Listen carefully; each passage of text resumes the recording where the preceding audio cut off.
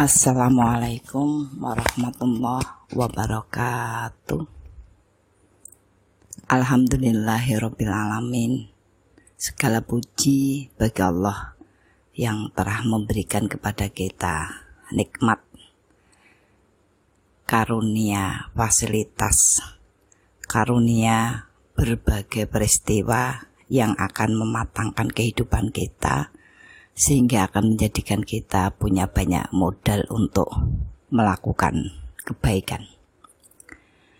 Di antara nikmat Allah kepada kita adalah Dia menciptakan kita, kemudian membekali kita dan memberikan pengarahan kepada kita untuk mengenali diri. Yang dengan itu kita akan mengetahui kemampuan yang ada pada diri kita dan kemudian mempergunakannya dengan sebaik-baiknya.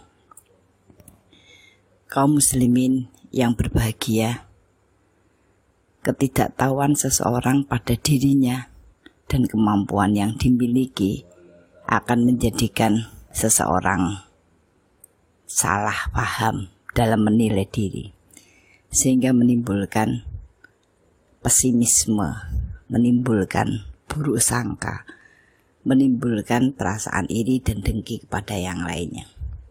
Dan itu akan sangat menghambat ibadah, kebaikan, dan karya-karya selama kehidupannya. Kaum muslimin yang berbahagia, hadirnya Ramadan menjadikan kita bisa mengevaluasi diri. Seberapa banyak kita memperhatikan diri kita. Allah perintahkan kepada kita untuk meneliti seberapa baik hubungan kita kepada Allah, yang itu akan menjadikan bekal kita mempermudah untuk berprasangka positif. Karena dengan demikian Allah memudahkan kita untuk berlapang dada. Allah sampaikan kepada kita salah satu orang yang baik, berniat baik dalam dirinya, itu mereka yang berusaha yasroh sadrahu bil Islam, melapangkan dada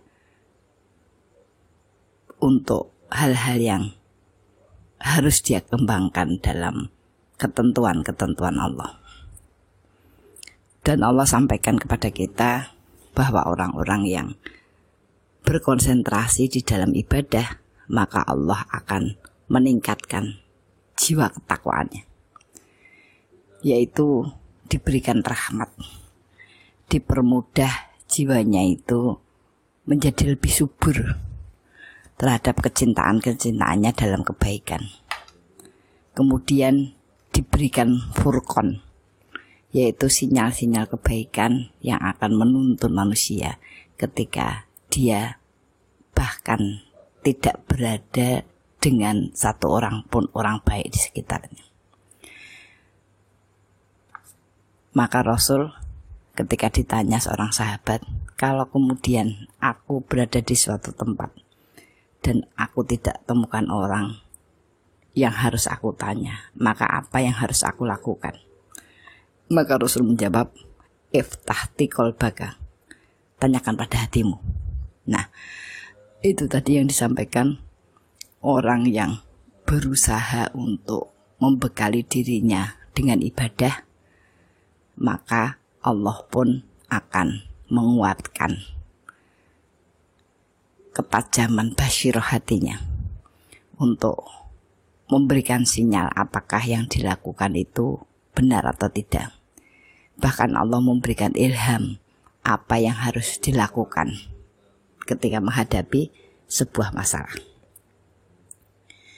Maka bagian yang bahkan Allah kemudian wajibkan kepada manusia adalah persoalan-persoalan tentang ibadah, sholat, puasa, zakat, haji, semata-mata untuk menjaga kebersihan jiwa dan kemudian akan mendorong tekad yang kuat untuk selalu bisa berbuat baik. Kemudian yang kedua, Allah memberikan petunjuk kepada manusia bagaimana manusia itu mengetahui kemampuannya. Maka manusia harus berusaha untuk melatih dan memberdayakan dirinya. Tanpa dilatih, jasad tidak akan terampil, dan itu tidak akan meningkatkan kekuatan dia di dalam melakukan banyak hal.